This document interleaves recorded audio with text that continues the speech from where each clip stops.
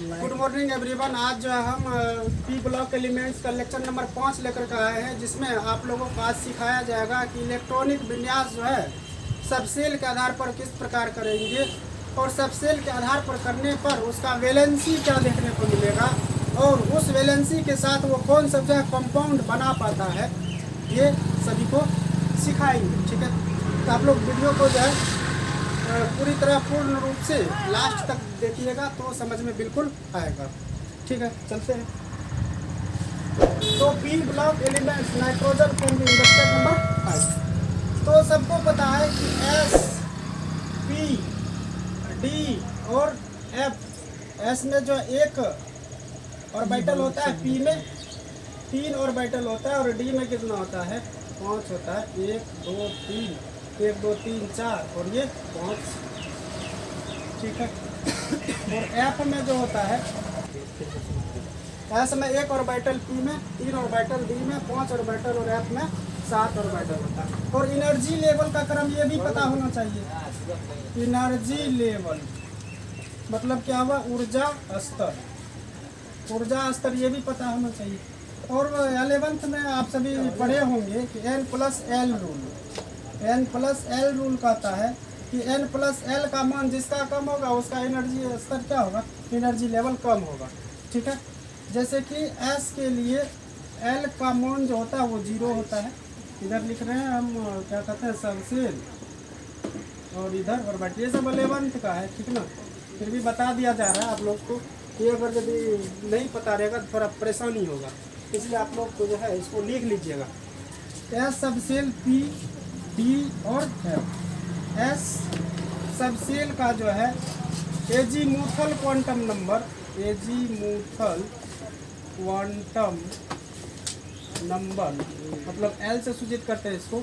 ये हुआ द्विगंशी क्वांटम संख्या, हिंदी में क्या बोलते हैं, द्विगंशी क्वांटम संख्या।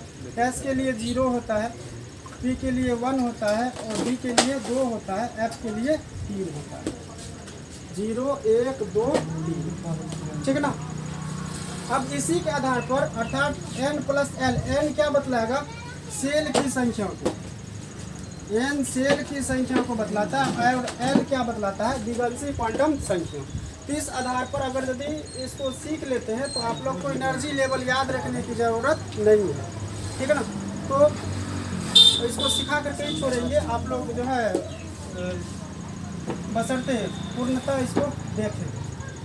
तो समझ में आया, N क्या है, सेल की संख्या, और ये 0 1 2 3 मतलब S सब सेल का क्या है, एजीमुथल क्वांटम नंबर। और P क्या है, एजीमुथल, P कितना होता है, 1 होता है एजीमुथल क्वांटम नंबर। और D का 2 होता है, F का 3 होता है, F का 3 होता है। इसको लिखिए सभी।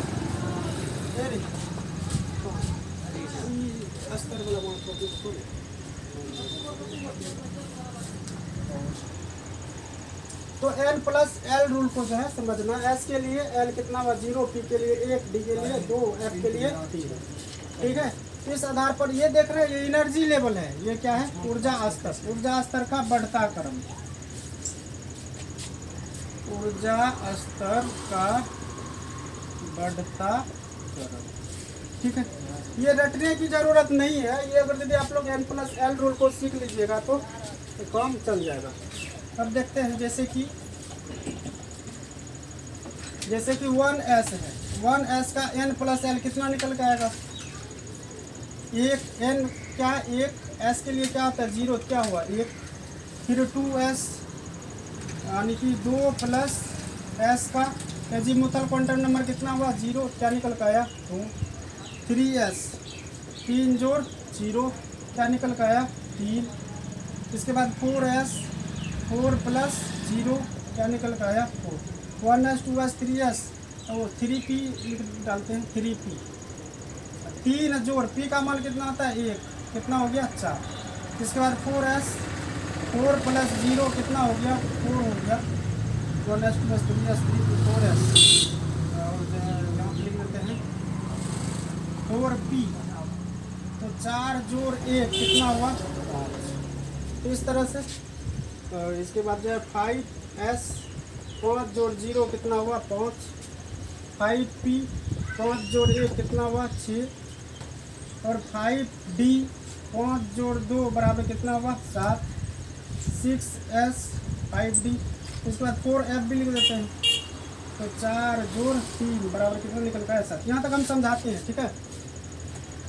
तो देखिए अजीमुथल क्वांटम नंबर इसका कितना 1 है, सबसे छोटा किसका यहाँ तक जो बताएं 1 है, अर्थात 1s पहले आएगा, इसके बाद किसका है 2, यानी इसके बाद क्या आएगा 2s, इसके बाद 3s का कितना निकल का आया 3, क्या आएगा 3s। अब यहाँ पर समझना है, इसको समझना है, इन दोनों में देख रहे हैं हम n प्लस l का मान क्या है बराबर है, इसका भी 4 है और इसका भी 4 है। तो इस परिस्थिति में हम देखेंगे कि n का वैल्यू किस में कम है, 3p में n का मान कितना है 3 है, और 4s में जो है n का मान कितना है 4 है, n का मान जिसमें कम है वो पहले आएगा, तो कौन आएगा पहले 3p, इसके बाद क्या आएगा 4s, ठीक है। यहाँ तक समस्या। फिर यहाँ पर 4p का अजीमुथल क्या कहते हैं n प्लस l मान कितना है 5, और 5s का भी n प्लस l मान कितना है 5 है। तब इन दोनों में कंपेयर करना है कि कौन पहले आएगा, तो 4p है यहाँ पर और यहाँ पर क्या है 5s है, तो n किसका कम है p का कम है 4, यहाँ पर n जो है इसका 5 है, पहले कौन आएगा 4p, 4s के बाद 4p और इसके बाद क्या आएगा 5p आएगा, ठीक है ना। तो इस तरह से जो है ये ऑर्डर यहाँ पर लिख दिया गया। इस तरह से अगर यदि आप निकालने के लिए सीख गए तो ये याद करने की ज़रूरत नहीं है। खैर ये 11th की बात है, समझे, तो याद नहीं भी रहा तो चिंता करने की बात नहीं है। OMC के आधार पर अर्थात आउटर मोस्ट कॉन्फ़िगरेशन के आधार पर 12वीं क्लास में जो है इलेक्ट्रॉनिक विन्यास करके उसके जो है जनरल प्रॉपर्टीज़ को सीखना है, ठीक है। मिटाए इसको। ये अभी हम लोग 11th क्लास का देखे, अब 12वीं क्लास में इन करते थे, 12वीं क्लास में इन करते,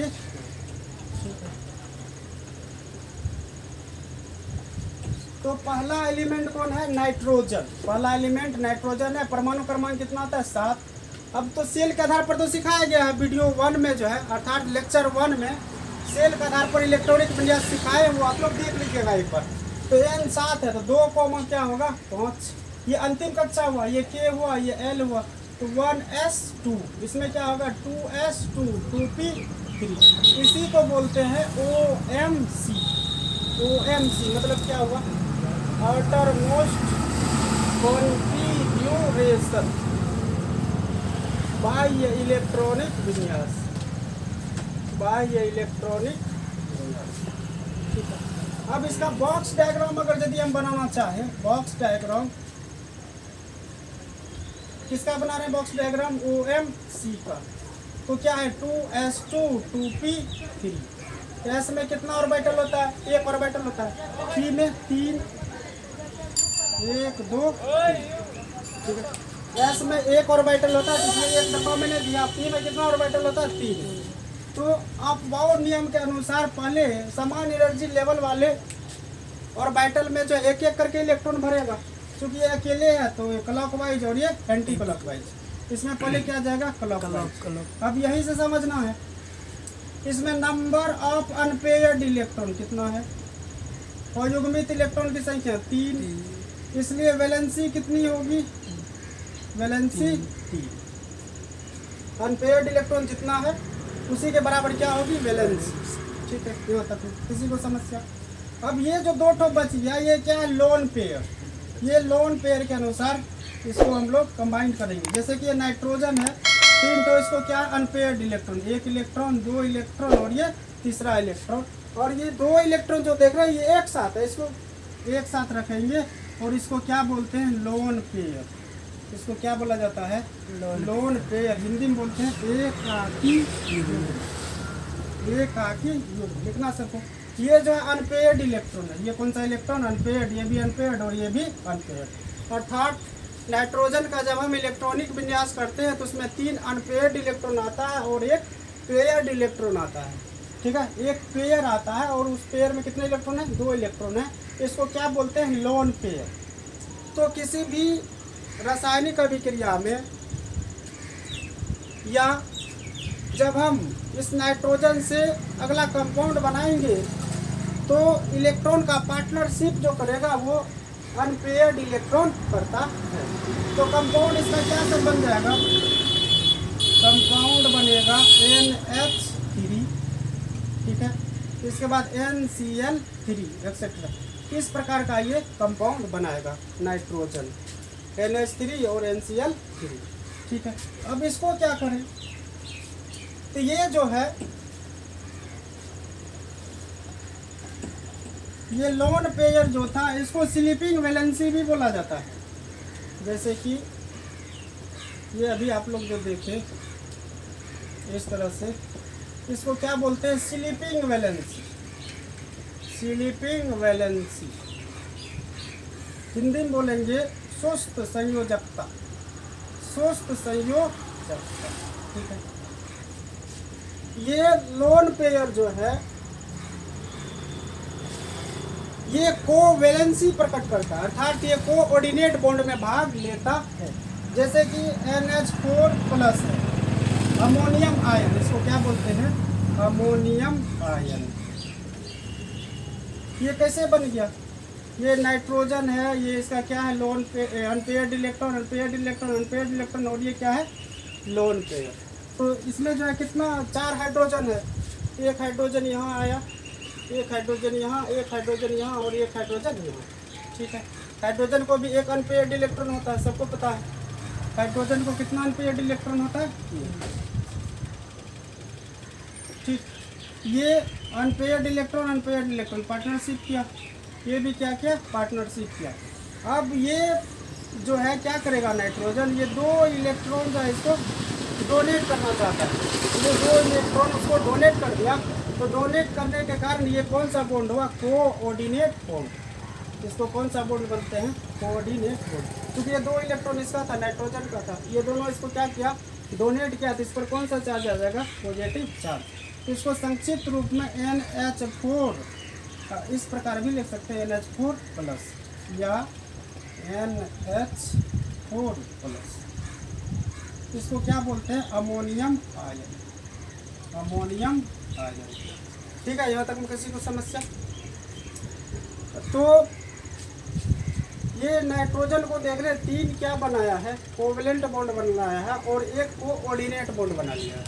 एक कोऑर्डिनेट बॉन्ड बनाने के कारण इसकी महत्तम कोवैलेंसी जो होती है वह 4 होती है। इसको नोट कर लेना है, नाइट्रोजन की महत्तम कोवैलेंसी कितनी होती है, 4। नाइट्रोजन की महत्तम सहसंयोजकता 4 होती, ठीक है। नाइट्रोजन 3 आबंध बना सकता है और अपने ऊपर एक लोन पेयर रख सकता है, ठीक है। इसको नोट कर लेना। नाइट्रोजन की संयोजकता कितनी होती है, 3, लेकिन नाइट्रोजन की महत्तम सहसंयोजकता कितनी होती है, 4 होती है, जिसको एक एग्जांपल के माध्यम से भी मैंने आप लोगों को दिखाया। ये NH4 आयन, अमोनियम आयन में ये अपना महत्तम कोवैलेंसी प्रदर्शित करता है। तो समझ में आया सबको। अब दूसरी बात है, इसके बाद फास्फोरस जो आएगा उसका इलेक्ट्रॉनिक विन्यास जो है एक्साइटेड हो जाता है, इलेक्ट्रॉनिक विन्यास उसका एक्साइटेड हो जाता है। इसको अभी समझेंगे कैसे एक्साइटेड होता है। अब ये देखिए फास्फोरस है, फास्फोरस का परमाणु क्रमांक कितना होता है, 15 होता है। कैसे इलेक्ट्रॉनिक विन्यास होगा इसका, 2, 8 और 5 KLM, ठीक है। अब इधर रफ में समझना है, रफ में समझना है। अगर यदि K कक्षा की बात करें तो ये N कितना होगा, इसमें एक ही कक्षा होगा 1s और सबसेल क्या होगा 1s, ठीक है। L है तो इसमें क्या होगा, N बराबर 2 और सेल की संख्या कितनी होगी, 2 होगी। 2 सेल में इलेक्ट्रॉन इसका प्रविष्ट करेगा तो सबसेल क्या हो जाएगा, 2s और 2p। M है तो N बराबर कितना हुआ, 3, तो क्या होगा सबसेल 3s 3p और 3, ठीक है। यहाँ तक N ये चौथी कक्षा को बतलाएगा। इसमें क्या आएगा 4s 4p 4d 4f। अर्थात कहने का मतलब ये है कि सेल की संख्या जितनी होगी सब सेल की संख्या उसमें उतना ही होती है। जैसे प्रथम सेल है, ये सब सेल की संख्या कितनी है 1। दूसरा सेल है, सब सेल की संख्या कितना है 2, कौन कौन s और p। तीसरा सेल है, सब सेल की संख्या कितना है 3, 3s 3p और 3d। चौथा सेल है, सब सेल की संख्या कितना है 4s 4p 4d 4f। अर्थात 4 सब सेल है। इन्हीं कॉन्सेप्ट को अब यहाँ पे लगाना है। ये फास्फोरस जो है किस पीरियड में आता है, तीसरा पीरियड में आता है। तीसरा पीरियड में आता है, ये तीसरा है। इसमें कौन है डी भी है, तीसरा में कौन है डी भी है। क्या हुआ बैठो, नहीं समझ में आ रहा है? आ रहा है बट समझ में आया यहाँ तक? तो ये तीसरे पीरियड में आता है, तो 3 सेल में जो इसका इलेक्ट्रॉन जाएगा और इसमें जो है सब सेल कौन सा होगा s होगा p होगा और t होगा। ठीक है, तो इसका अब हम इलेक्ट्रॉनिक विन्यास करते हैं। 1s2 2s2 2p6 3s2 3p3। ये चूंकि ये तीसरा सेल है, इसमें कौन है 3d भी है, 3d भी है, d भी उपलब्ध है। हालांकि इलेक्ट्रॉन s और p तक में ही भर गया, लेकिन d कक्षक किसके पास उपलब्ध है, इन बातों को दिमाग में रखना है। ठीक, अब हम इसका OMC का बॉक्स डायग्राम बना रहे हैं। OMC का बॉक्स डायग्राम,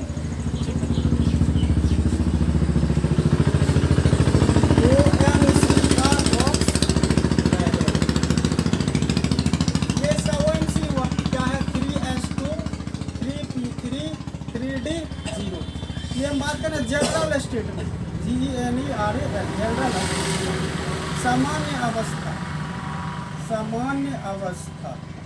ठीक है, S में 1 डब्बा, P में कितना डब्बा 3 डब्बा और D में कितना होगा 5 होगा। 1 2 3 4 1 2 3 4 और 5। ये clock anti clock clock clock clock. Number of unpaired electron, number of unpaired electron कितना नजर आ रहा है 3, इसलिए इसका वैलेंसी कितना होगा, वैलेंसी कितना हो गया 3।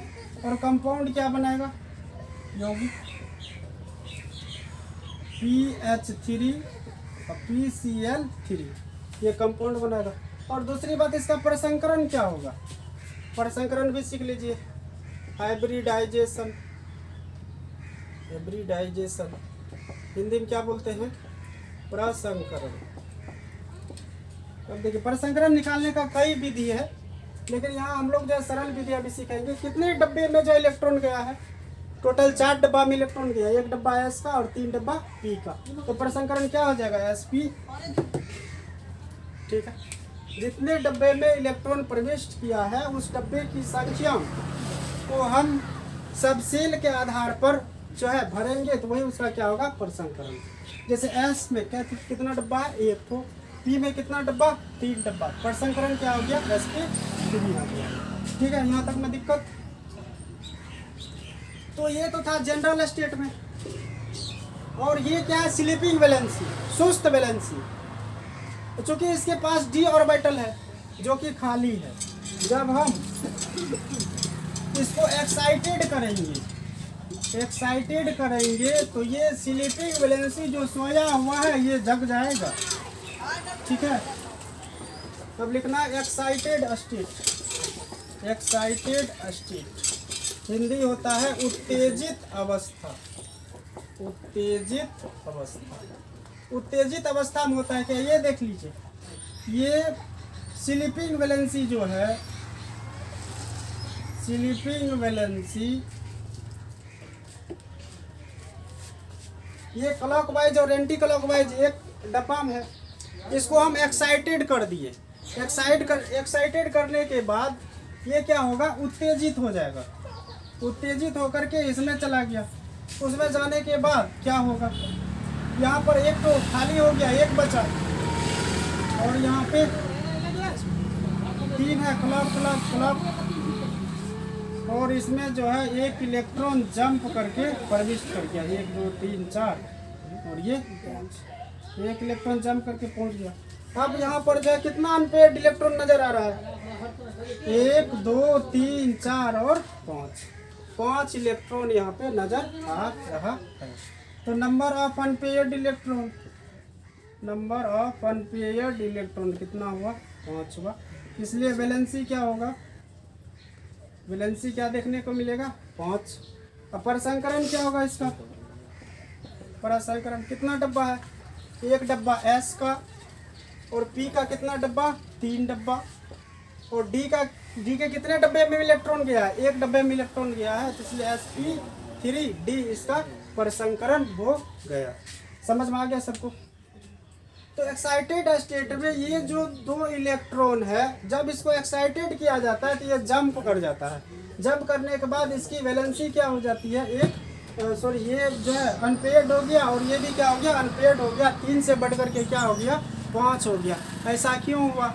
ऐसा इसलिए हुआ कि फास्फोरस के पास जो है डी कक्षक भी है।